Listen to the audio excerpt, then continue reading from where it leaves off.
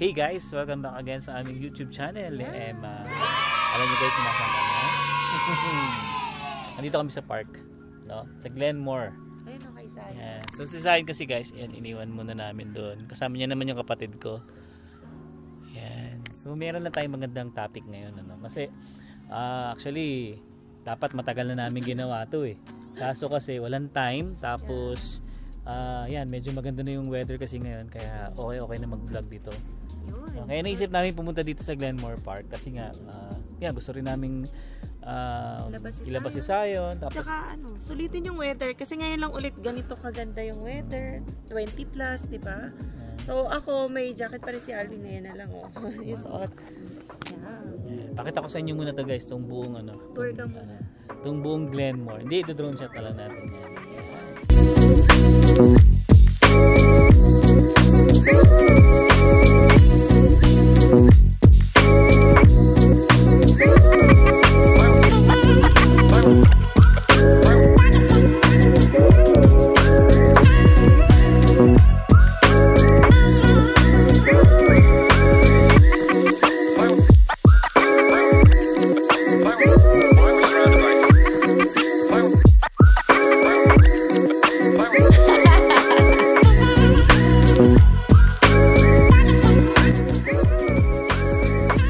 Guys, upo tayo kasi meron tayong magandang topic.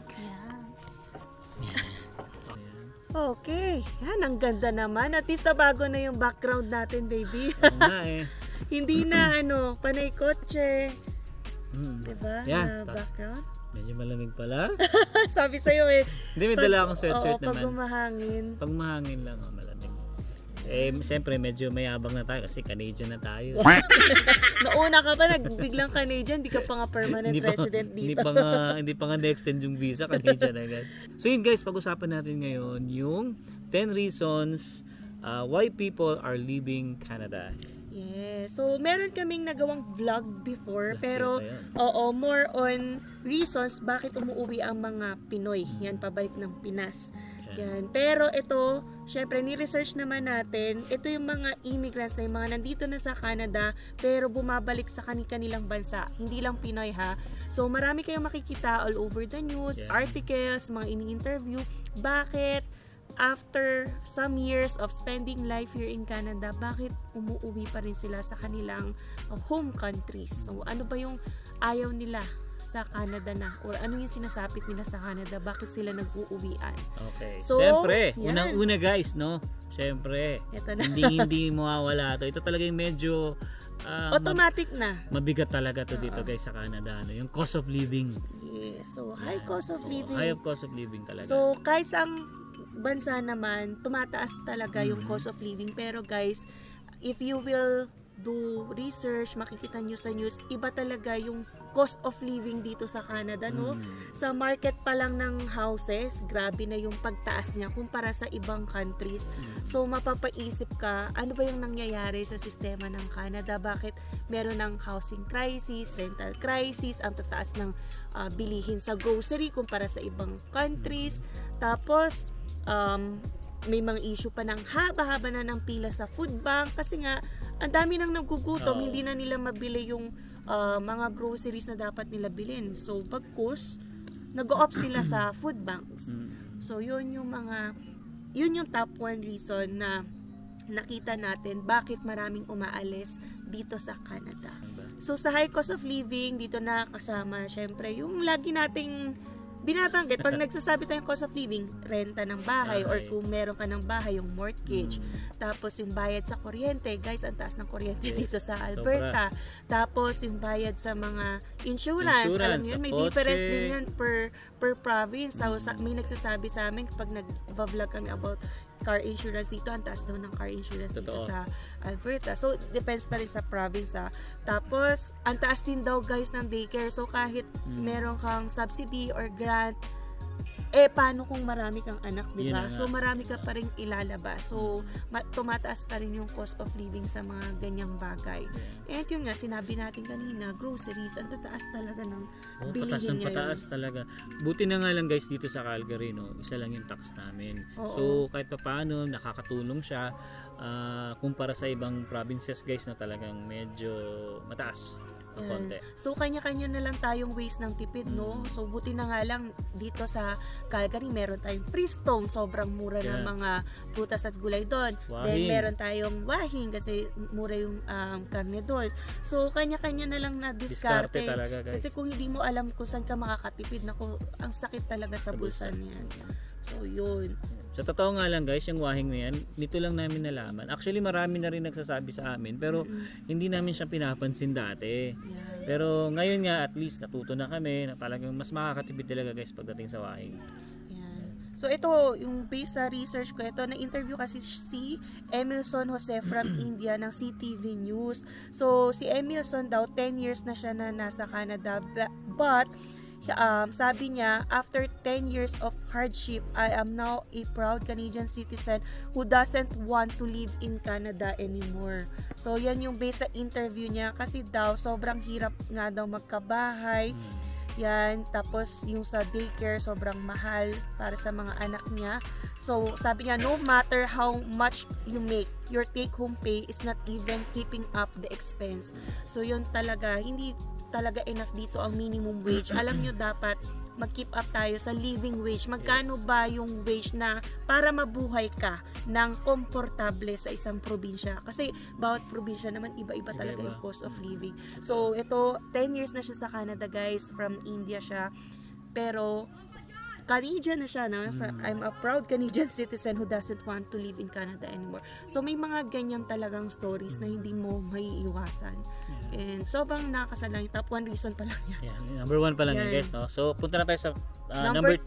Number So two yung number 2 reason. namin guys, based sa aming research, is yung job competition. Yan, maraming nag-aalisang yan, immigrants dito sa Canada because of tight job competition. Mapa permanent resident ka dito, mapa temporary resident, and even Canadian citizen guys, lahat nakaka-experience ng hirap makakuha ng trabaho. So ako din, danas ko guys, masishare ko sa inyo, ang dami ko nang in-applyan sa Indeed, even LinkedIn, nag-network din ako sa LinkedIn, sa job bank, ganyan. Ang hirap, even if nagsisend ako like every night before na mga 10 to 20 job applications, walang masyadong bumabalik. Yan, kasi yan, marami kang kompetensya. And ito nga sabi ni Saikiran Yelaluva. So, sabi niya, I have applied for approximately 2,000 jobs in Toronto, but have received only 1 interview. Grabe guys. Syempre iniisip ko rin naman, ang hirap mag-send kaya ng 2,000 applications. Iniisip ko, baka hindi niya minomodify din yung resume niya. So, dapat din kasi every job na applyan mo, dapat tailor fit dun sa job description, eligibility requirements nung position. Kaya ako parang pa 5 or 10 lang kaya ko na ma-send in a day. Parang madidrain na din yung utak mo kasi cover letter, edit mo, resume, edit mo. Dati aminado ako, send lang ako ng send. Kahit ako, nang walang minomodify. Alam yun, iba na kasi ngayon guys, AI na, kapag hindi nakita yung keyword siguro dun sa resume or cover letter mo, automatic cancel ka or hindi ka papansinin. So ako ngayon, careful ako sa pag-draft ng resume and cover letter. Pero yun nga, medyo mahirap pa rin talaga yung competition dito. Yan, lalo na ngayon, naghahanap tayo ng trabaho. So, yung kasamahan ko, di ba, na-share ko sa inyo, Canadian citizen na yun pero nag-share siya sa akin na nahihirapan pa rin siya makahanap ng work.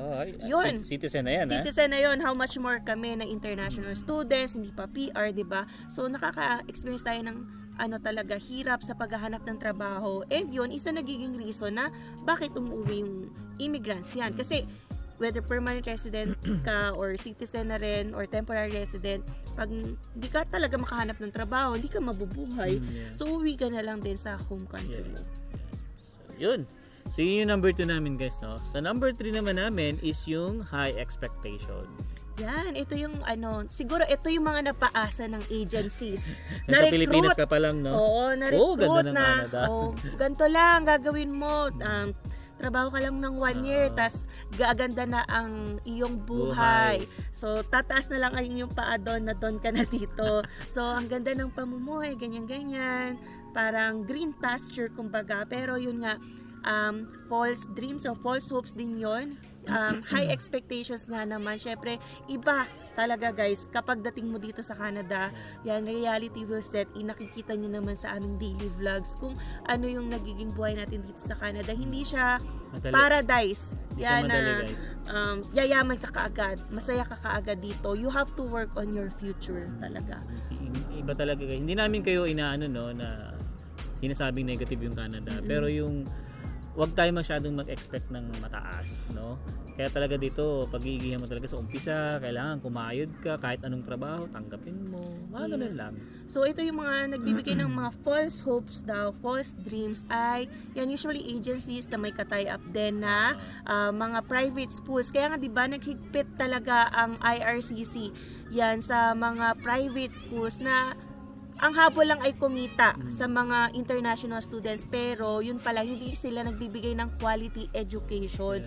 So kaya naging ganito na lang kahigpit ang immigration sa mga international students, kasi resulta din yan ng mga unscrupulous individuals, yung mga companies talaga na nananamantala ng mga international students, kasi nga naman triple o higit pa ang binabayad ng mga international students para sa kanilang tuition. So sobra-sobrang kita yun para talaga sa mga private institutions na nananamantala. And number 4 nga pala, bakit nag-uuwian ng mga immigrants ng Canada is because of the slowness or failure to recognize foreign credentials. Yan, ito danas to ng marami, lalo na yung mga professional. Si Zion. Say hi. Yan, may commercial muna tayo. Commercial muna. Oh, are you done? Okay, you go to Vlog slide. lang kami. Okay, bye. Okay, you go slide. Go. You go to tita. Pasensya na guys, no? Medyo na-interrupt tayo. Ayan. Commercial. Ayun. So, So, anyway, balik tayo kasi ito talaga, kahit professional ka na sa Pinas o sa pinanggalingan mong country, hindi lang naman Pilipinas, sobrang hirap talaga maging professional din dito. So, hindi equivalent na engineer ka sa Pinas, engineer ka rin dito, lawyer ka sa Pinas, ito na lang, lawyer baby, din dito. sample ka na lang, di Yan, ba? marami kang pagdadaan ng butas ng karayom. Yeah. Alam niyo naman din yung sa shinare din natin na story ni Dr. X, yan, Phil International Student story. Surgeon siya sa Philippines pero nag-international student siya dito. Syempre, as much as possible din naman talaga, maganda kung maging doctor din talaga siya dito kasi very needed yung mga healthcare professionals. Pero alam niyo yun, hindi agad-agad siya makapenetrate sa market or sa profession niya dahil sobrang dami talagang exams bago ka maging surgeon din dito or doctor. Kaya marami ding nawawala ng pag-asa, alam mo yun, kasi ano ka na for example, boss ka na, mataas na yung profession mo, ma'am or sir na ang tawag sa'yo, tapos pagdating mo dito, empleyado ka or back to zero ka talaga. Punas-punas ka. Yan, so it depends hindi naman lahat talaga. Yeah, hindi naman lahat. May iba talaga, di ba? Naalala mo na interview natin sa Edmonton, di ba? Si Jay. Oo. Kung ano yung ano niya, kung ano yung trabaho niya sa Pilipinas, nadala niya dito. Yan. Pero ito nga, based sa ano naman to, statistics. Kasi nga sabi naman natin, hindi lahat din siniswerte na kung ano yung work mo sa Pinas, yun din yung work mo dito sa Canada. So, yan, isa yun sa mga factors or reasons ba't umuuwi o yung umaalis sila ng Canada. Okay guys, ito yung panglima namin, better economic opportunities in other countries. Yes. So, dito, syempre, tight nga, di ba, yung job market dito, hindi ka nakakuha ng work. So, makukumpara mo, mas okay daw, kunwari, mag-nurse sa US kumpara dito sa Canada. So, nag-aalisan yung immigrants dito, lilipat na lang sa ibang countries na may magandang opportunities. Yeah. Like, lipat sa Europe, kesa dito sa Canada, yung mga ganong example. Marami nga nagme-message sa atin, di ba? Sabi niya, lipat na lang kayo dito sa US. Yan, ang dami nun guys talaga. Parang sa dalas din namin upload ng videos, ang dami rin nagko-comment na lipat na po kayo sa US. So, kapag talaga din na-explore ng isang tao yung opportunities outside Canada, pwedeng-pwede talaga nila iwan yung Canada pag yun, nakita mo talagang mas okay dun. Yes. Yun. Okay, so number 6 guys. Ito, racism, although wala akong nakitang in-interview, pero isa siya sa mga factors din daw. Racism, pero siguro silent, lang to, reason. Syempre, alam mo naman yung Canada, very friendly, polite community, pero hindi siya perfect country. Wala namang perfect. Yan, from time to time, siguro yung mga immigrants din from other countries, nakakaramdam din ng racism. Like sa job na lang din, minsan, mas pinipili nila yung Canadians before choosing like Filipinos, or Jamaicans, or Indians, Nigerians. So, may ganun pa rin. Although wala tayong statistics to back this up, pero ito, isa siya sa mga reasons na pinrovide sa Statistics Canada. Yes. Okay, so number 7. Guys, number 7 na kami. Number 7 na kami. So, ito yung... Ayan, nanginginig ka. Nanginginig. At kanina pa ako nakaganito no? Pero kaya pa naman. Oo. Ayan. So, ito guys, depende to sa province, no? Depende to sa province, no? Meron kasing part dito na maganda yung weather. So, ito yung number 7 namin, guys, is yung cold climate. Totoo naman. Yeah. Canada, North America yan, malamig dyan. Pero may province na okay na okay, tirhan. And sa yan, sa British Columbia, particularly Vancouver, pero sobrang taas ng cost of living. Pero yun nga, generally talaga, pag sa Canada ka, malamig na place yan. Yung iba umaalis ng Canada dahil hindi nila ma-endure ang cold weather. Sobrang, hindi daw nila kaya mabuhay. Mas pupunta na lang sila sa mga tropical country o babalik na lang ng Pinas. Kasi nga at least doon, hindi ka lalamig, hindi ka giginawin. Yan, hindi ka kulob sa bahay because of snow. Yun. Yun lang naman yung naging dito. Isa sa mga nagiging guys, no, problema talaga yung weather talaga. Talagang isusumpa mo talaga siya, guys. Parang ayaw mo nang lumabas. Yan, ano ba yung pinakamalamig ng weather na naranasan natin dito sa Calgary? Tayo ay minus 45. Yung 45. Feels like yung feels like. Siguro yung nun, minus 35, which feels like minus 45. Alam ko sa Edmonton umabot ng minus 50.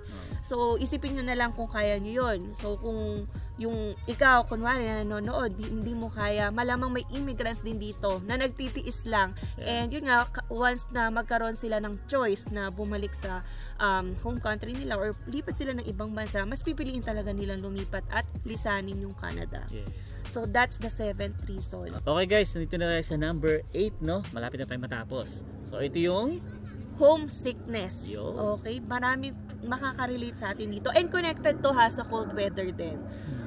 Unang-una yung homesickness talaga, kung hindi ka sanay sa buhay na like independent, malayo sa mga kamag-anak, malayo sa pamilya, sa tulong ng pamilya, yan, ma-homesick ka rin talaga. Kasi dito sa Canada, alam mo, masyadong laid back din. Lalo na kung sa mga probinsya ka talaga pupunta, walang masyadong nightlife. Nako, hindi yan isang grab mo lang, nasa Timog or BGC ka na. So dito, ang aaga magsara ng mall. Sa Sunday nga, pag Sunday nga lang, 6 p.m. wala na. Eh di ba sa atin nga, yun nga yung 10, peak 11. ng gala natin, Sunday, bago pumasok ng Monday. So yun, maraming umuwi dahil sa homesickness. Daddy? Yes? Yeah, okay, go back to slide. Okay.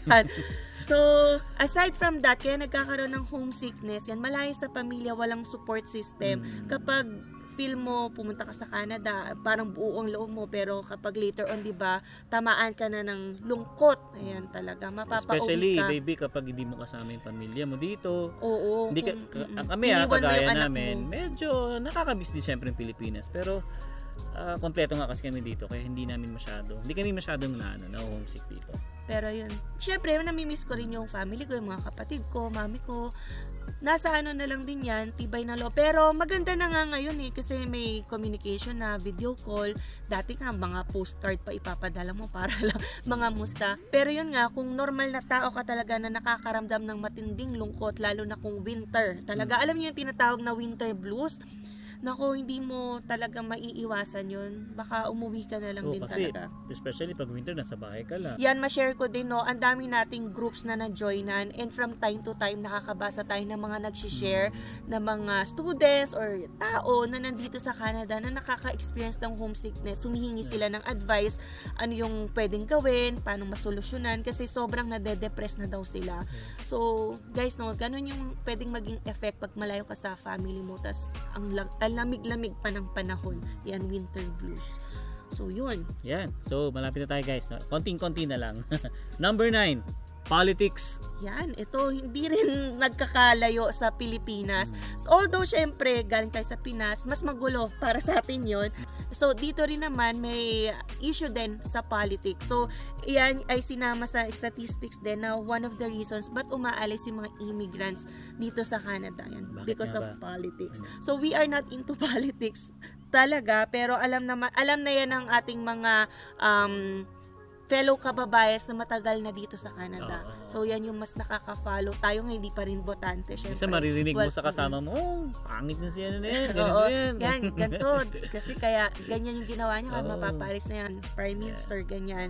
So yun, isa yun sa mga factors. Okay guys, so number 10, ito yung pinakahuli na nating dahilan kung bakit umuwi ang mga kababayan natin o ibang tao sa kanya-kanyang bansa. Yan, ito ay medyo mabigat-bigat yan na reason bakit maraming umaalis dito sa Canada.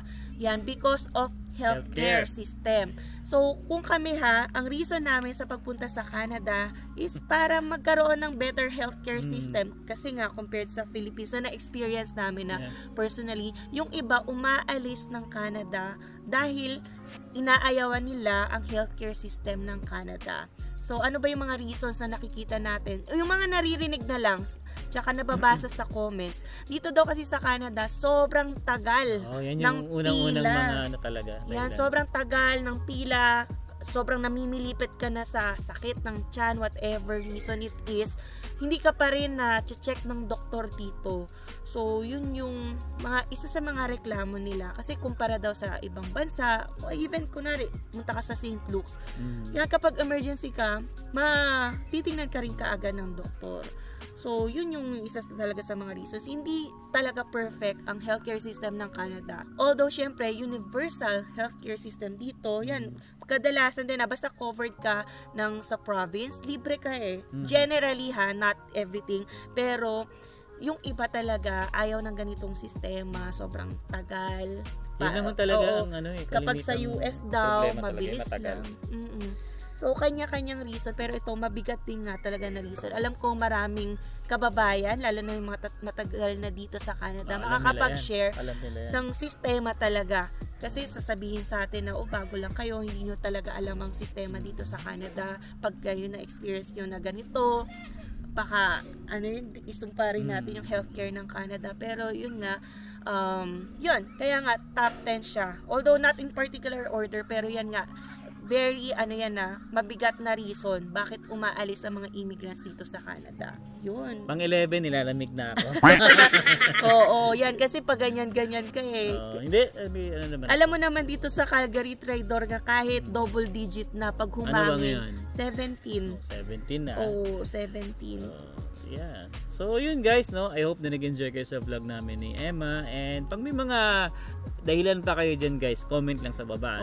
Kung ano pa ba yung mga dahilan, kung bakit umuwi yung mga Pilipino. Or other, kahit anong nationalities yun sa kanilang home countries. Yeah. Kasi hindi lang Pilipino ang nakakaranas ng reasons na nabanggit natin. Yes. Yan, yun lang guys. Sa mga bago sa aming channel, you can consider subscribing po. Click nyo lang po yung subscribe button.